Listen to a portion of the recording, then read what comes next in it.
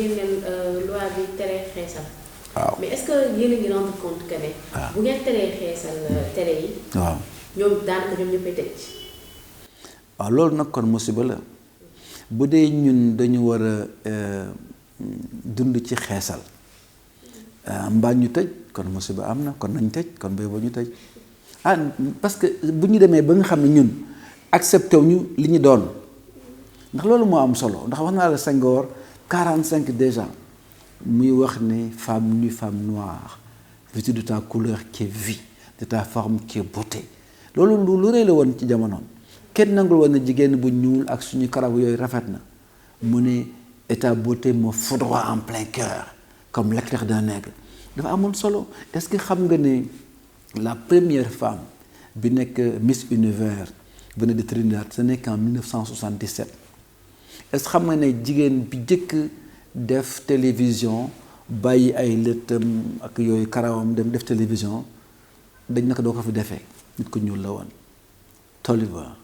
aux États-Unis ak ABC mu doon couvrir mariage doomu Nixon en 71 ñu ne ko non kon ñun nanguwuñu sax ñun en tant qu'africaine ñuul kooku am ay karaw suñu karaw bopp dem ci chaîne yi di wax ak liggéey mais loolu lu doy waar la combat ba mu mëne Senghor commencé ko depuis 45 ay Sénégal di ko mën ay jigéen di ko mën de par le monde ñun ñu xëy bar ko bàyyi jalgate ko ne jigéen pour mu rafet il faut mu clair ak karaw yi daanu fii loolu musiba la pour ñun ñoo ko war a xeex suñu bopp moo tax gis nga code de la presse bi koy tere c'est une loi la loi portant code de la presse ñun loi bi ñun ñoo ko doon liggéey bi yoon texte bi ñoo ci doon liggéey man mii bokk naa ci ñu doon liggéey avec le ministre Guirassy au début avant que je ne voyage et d'autres ont continué le combat defar ko ba am code de la presse boo xam ne bii ñun ñoo ko bindal suñu bopp bind ci bu njëkki code de la presse bu njëkk bi amul woon loolu dafa war rek ne tout ce qui nuit à la santé mais doyoon na ndax xeesal dafa yàq santé mais le code bi dañuy rédiger carrément bind ci ne interdire tous les produits de dépigmentation muy lu gën a précis mais loolu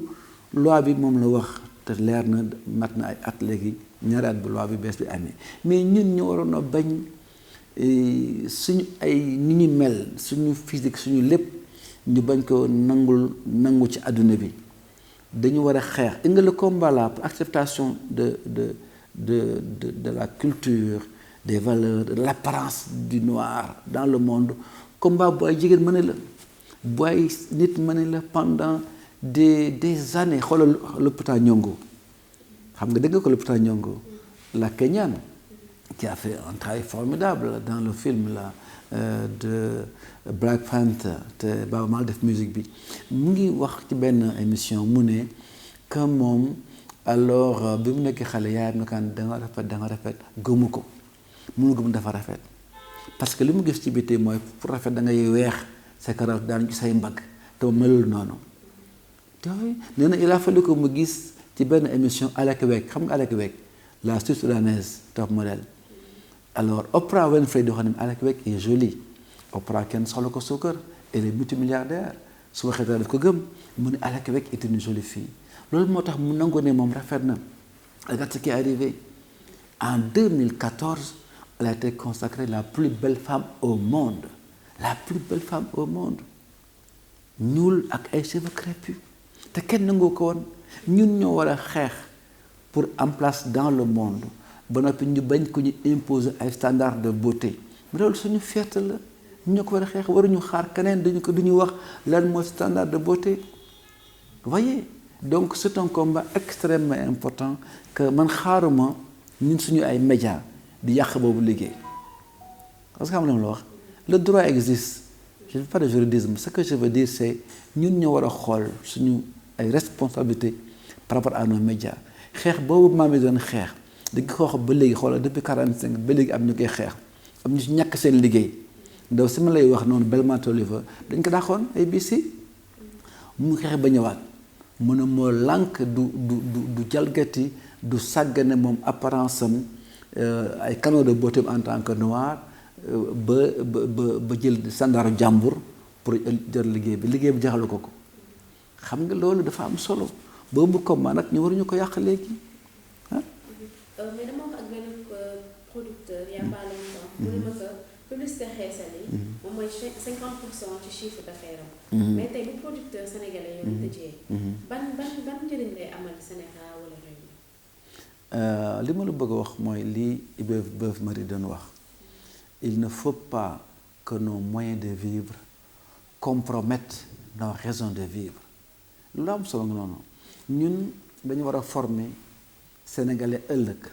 africain bu ëllëg africain bu ëllëg mooy africain bu gëm boppam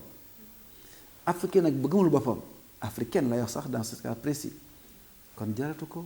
bu dee ñun mënuñu wax sax ñun ne lii mooy jigéen bu rafet jaxatu ko ñun tere ñu xesal bi de loolu du suñu responsabilité xam nañ ne c'est importé distribué commercialisé mais dañu ne ñun ci suñu chaîne de rajo et de télévision ñu naan na weex a weex na kare bi gën a gudd loolu mooy jigéen bu taaru mais loolu mooy musiba mi te wax naa la loolu ñi ñi xeex dafa bari de par le monde. Pat Evans, la première femme à faire boule rasée là, c'était en 1966. C'était un combat pour elle. Nangu ko loolu ndax xam naa ay jigéen ñoo xam ni ñu ngi ay boor Kenya ak yooyu foofu jigéen ñi africaine yi amuñu karaw mais c'est un standard de beauté. Il a fallu qu'on impose ça. Lii am mooy ñun waruñu nangu xeex boo xam ne bii ay suñu ay jàmbaar ñoo ko xeex sur tous les plans ba mu egsi fii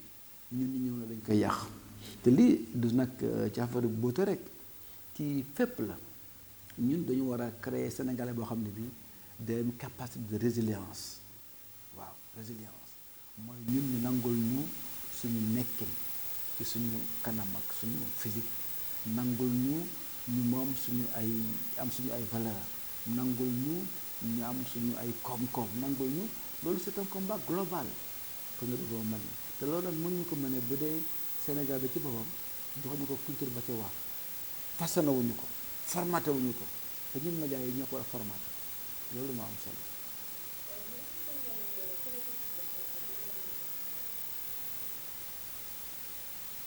ñun li ñu amoon solo comme suñu benn collègue benn wax ci télévision boobu maa ngi ba ma ko di ko seetaan professeur Djibi Diakhaté mën a mooy exercer suñu sphère de responsabilité ma li ma la wax léegi. ñu ngi koy importer ñu ngi koy distribuer ñu ngi koy commercialiser mais ñu loolu du suñu responsabilité ñun li ñu am mooy te loolu mos une rus la mooy li ñu koy promouvoir naan lii mooy jigéen bu rafet no weex a weex lii mooy lu baax li comme si ki nga xam ne bii moom dafa am benn film bu am solo boo xam ne bii ñaar film d'ailleurs benn bi c'est Chris Rock qui a fait ça The Good Hair benn comédien américain la nee na dafa def film bi parce que doomam dafa jóge école ñëw na ko Daddy I don't have the good hair man papa sama karaw yi am di karaw yu baax voyez gis nga benn film bi gën a am solo moo doon le film de Spike Lee School Days te film qui a été fait en 88 il y a pas longtemps aux États-Unis ils l'ont remis boobu dafa am film bi def ci am loo xam ne li ñuy wax les wannabes ñi nga xam ne mooy dañuy toppandoo tubaab yi def comme tubaab yi dañuy war a weex xam nga bari na Congo sax am na góor yi xeesal donc war a def comme tubaab yi ñeneen ñi di jóge biis naka ñoom ñooy africains yi dañuy revendiquer seen apparence physique loolu dafa sori rek xeex ba sori la dafa dem ba ci plantation yi nit ñu doon liggéey ci biir néeg bi doon servir tubaab yi di solo comme ñoom di naanandoo ak ñoom di yore xale yi di jéem a def comme tubaab yi ak ñi nekkoon ci tool yi liggéey ci champ de canne à sucre yi ñun di caw ñooñu doon africain roots yi quoi alors loolu dafa doy waar ce combat là de s'assumer d'être ce que l'on est un combat très fort ñun ci médias yi ñoo ko war a jalgati boobu combat lu am solo la. Sénégal mu ngi kaas promotion xeesal bi. mais est-ce que di ngeen def de même pour promotion cigarette bi promotion préservatif yi ak genre affaire yooyu noonu. promotion cigarette absolument alcool absolument préservatif alors du lu ñu mën a tere liñ ci tere mooy ni ñu koy waxee am na ci benn boo xam ne bi ñoo ko tere heureusement ki ko doon def daf ñu woo laaj ñu avant mu koy def ñu ne ko non mënul jàll parce que ñun pour le moment la publicité ñoo ko nar a gérer incha allah a priori et a posteriori mais pour le moment on gère seulement a posteriori mooy lu jaar ci antenne bi di choquant ko dafa baax rek woo ñu laaj ñu envoyé ñu spot bi ñu visionné ko parce que aar sa bopp baax na waaye nag da ko kañ doone ay ci leen ci loolu du yoon donc ñun moo tax ñu ne ko non li mënul jàll mais tranquille tout ce qui est cigarette alcool kooku moom duñu ko bàyyi mu jàll insha allah.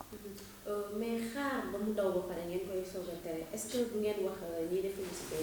bu ñu defee seen ay publicité pare indil leen ko ngeen visionné ko su baaxee ngeen jaarale ko su baaxee ngeen tere ko est-ce que loolu gën malheureusement texte yi moo am solo xam nga régulation dafa am ñun au Sénégal dañu boole régulation sur la publicité ak contenu audiovisuel mais yeneen dëkk dañu am benn CNRA carrément rien que pour la publicité mais xam nga def CNRA yu bëri yoo xam ne xaalis lay jaratu ko moo tax ñu boole yëpp fii mais pour le moment les textes nous demandent seulement de faire a posteriori donc boo ko jàllalee baaxul ñu dal ci sa kaw télécom li yàlla nag mooy ku ko am def comme kii def nii passé woo ñu envoyé ñu ko ñu gis ko ne ko lii baaxul moom mu bañ ko passé loolu moo ko mais maa lay xamal ne cigarette alcool ak yooyu du jàll. tey ak satellite yi télé yu dul jeex ñu ngi tuur ci dëkk bi. bëgguma si tuur mais am na yenn chaînes yoo xam ne dañuy jaarale publicité xeesal à longueur de journée mais yéen bu ngeen bëggee interdire suñu chaîne yi publicité est-ce que du chaîne yooyu noonu ngeen nar a promouvoir. non du promouvoir yooyu chaîne xam naa ne de par le monde am na ñoo xam ne ñii ñu ngi def li ñuy wax DTH et tout dans les autres pays suñu dëkk aussi c'est le monde globalisé mais li gën a am solo mooy ñun dans nos chaînes ak suñu ay waa kër ak suñu ay xale bëgg leen wax ne yow ni nga mel baaxul yoroo kanam gu baax yi dafa war a xonq dafa war a weex yoroo kàddu yu baax yi loolu de musiba la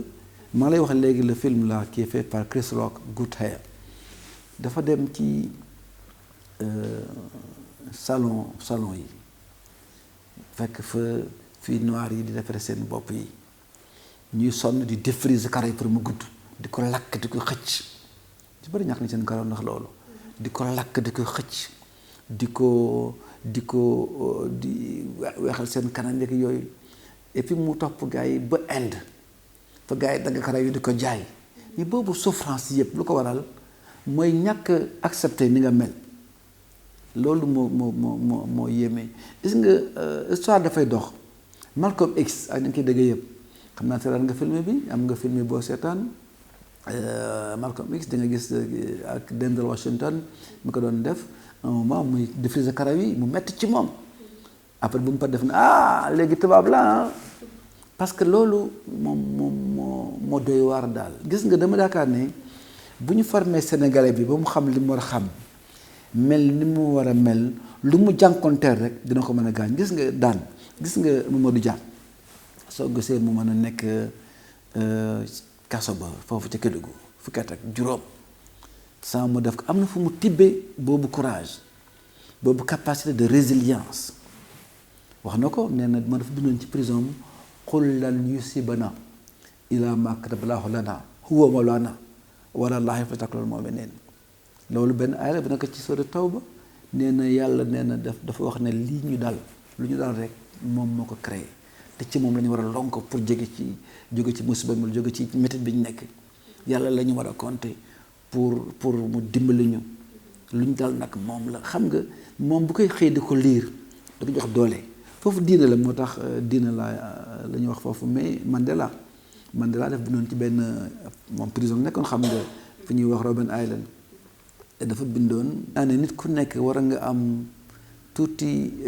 kersa ci def yenn yi wala wax yenn yi wala di bàyyi yenn yi di jàll te bu ñu fexee nag dëgg-dëgg ba ñi jéem a ut ci xaalis ci loo xam ne lii suñu askan suñu xeet putul gëm boppam musiba am na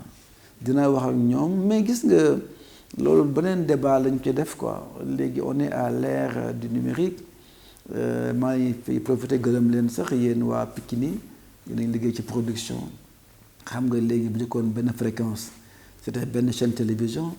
léegi benn fréquence c'est pratiquement 6 7 8 9 chaînes de télévision donc le défi c'est la production donc yéen gis naa léegi ni liggéey wujju tubaab Madior ak Dior te wujju tubaab sax gis naa yéen a ngi góorgóorlu aussi pour que nit ñi gëm seen culture gis naa ko ci biir seen combat la yéen a ngi bëgg nit ñi gëm seen bopp ndax tubaab bi mu découvrir ne ñi am nañu culture ndaw si aussi mi ngi wax ne moom Fatima mën am naa culture te tubaab bi xam na sama culture ba ñëw di ko roy di ko topp loolu c'est une façon de dire ce que nous avons dit nous mooy attention nañu gëm suñu bopp nañu gëm suñu bopp ñeneen ñi sax xam na ni gis nañu bokk yenn ñu def ay mën ay combat bëgg si àll ki egg fi mu egg Lupita Nyong'o maa lay wax Melba Toliver ci jamono ñooñu xeexoon ba ñëw war naa la ne 77 gii rek lañ war a nangu jigéen ne bu ñuul rafet na 77 mooy xale bu jóge Trinidad nekk nit ku ñuul 2014 lañ door a nangu Lupita Nyong'o la plus belle femme au monde top modèle mu nekk égérie Lancôme 2014 ah Alec Wek nekk égérie année yooyu nga xam ne donc xoolal rek ba ko Senghor commencé xeex ba léegi 1945 ba léegi waaw ñun boobu combat nañ ko def suñu matt mais du ñun ñoo koy fay dellu gannaaw encore dellu gannaaw le 1988 le kii defoon film boobu la muy Spike Lee pour di xeex est-ce que xam nga lu xew ci foofu keroog bu ñu def film bi ak les wannabes mooy ñi nga xam ne ñu bëgg nekk ay tubaab ki nga xam ne moo doon patron université ba dafa xëy na ko waaw yow kii incarne rôle président université bi dafa ñuul trop xuloog moom ba dàq ko nag bul def film bi sama université Spike Lee daal dina moom comme lii am na mooy sama combat bi dafa nekk combat bu gën a rëy pour ma gën ci xeex pour wane ne léegi nit ku ñuul dafa rafet dafa baax dafa nangu boppam gëm boppam kon léegi comme kii nee na université bi président bi ma def ci acteur dafa ñuul moo tax mu dàq ma du ma ko changer damay dem feneen et le film a eu un succès extraordinaire 30 ans après il y a quelques années le film a été mis encore beaucoup de noirs américains dañ dem ay collège noir grâce à ce film léegi Alec Wek moo jur Lupita Nyong'o ak toutes les autres femmes que tu vois dans la mode dans la beauté africaine nangu ne c'est de belles femmes il a fallu que Senghor di nga xam depuis 45 léegi lañ ci am ay députés de résultats yu baax ñu imposer suñu économie de beauté waaw ñun ñu ñëw nag léegi di ko yàq li musiba la par ñun n'est-ce pas. alors Sénégal lan lay taxawal pour indiwaat wala kiiwaat télé yi pour imposer leen pour ñu génne seen ay valeurs ci contenu programme yi. dinañ ci xeex dinañ ci wax ak ñoom dinañ seet aussi lu leen mën jàppale ndaxte xam nañ ne le business model des chaînes dafa difficile le modèle économique des chaînes est difficile am na ci yu bari yoo xam ne dañ leen ko xelal encore une fois ñun dañ doon porter je l'ai dit souvent des œuvres à l'écran Sacre du Ceddo Une si longue lettre Ma balise le signe vraiment beaucoup d'œuvres yoo xam ne dinañ ci gis suñu ay culture suñu ay valeurs gis naa ne yéen a ngi def ay série bëgguma ngeen yam foofu waxal ma ko Aliou Ndiaye nekk dama bëgg ngeen def ay documentaire dem ci biir dëkk bi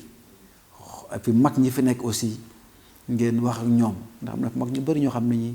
xam nañ lu bari fekk démb nekk fi ñu ngi dund gis naa ci léeg-léeg ma gis ça et là ay mag ñu ne am nañu 100 et quelques ans ñu ngi dund fekk Seydi Hadji Malick fekk Cheikh Ahmadou Bamba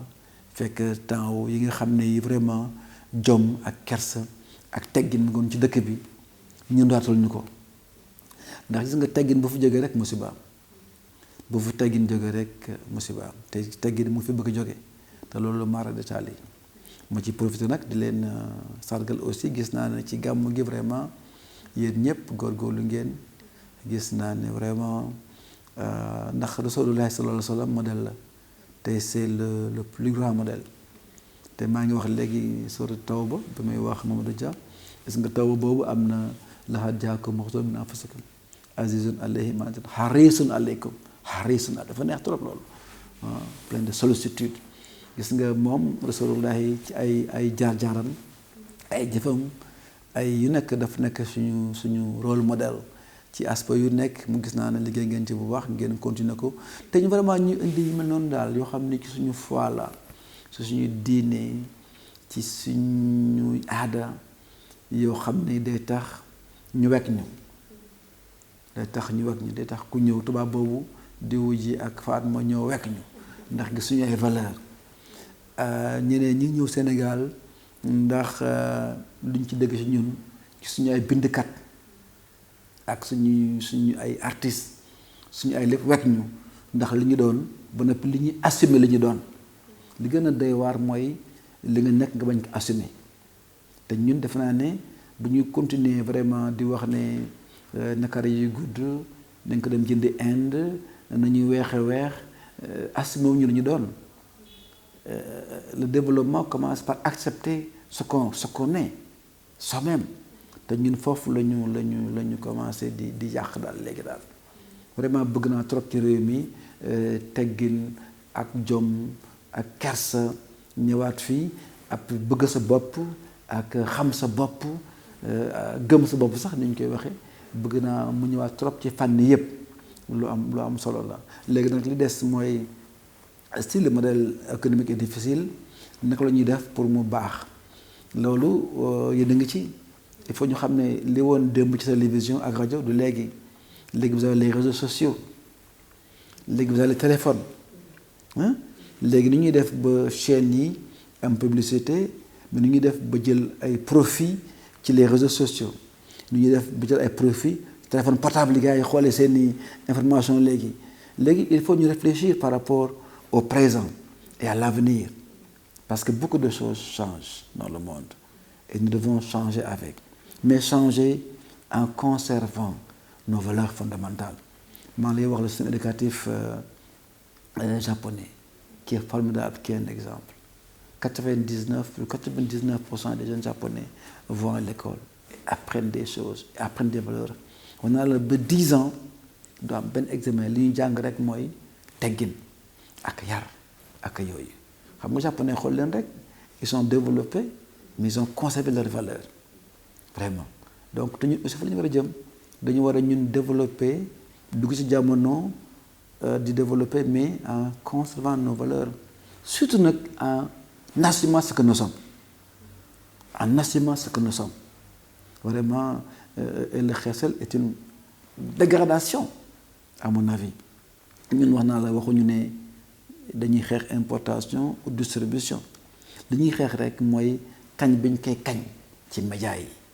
koo ko dégg rek am kersa loolu moom moo ñaaw moo doy waar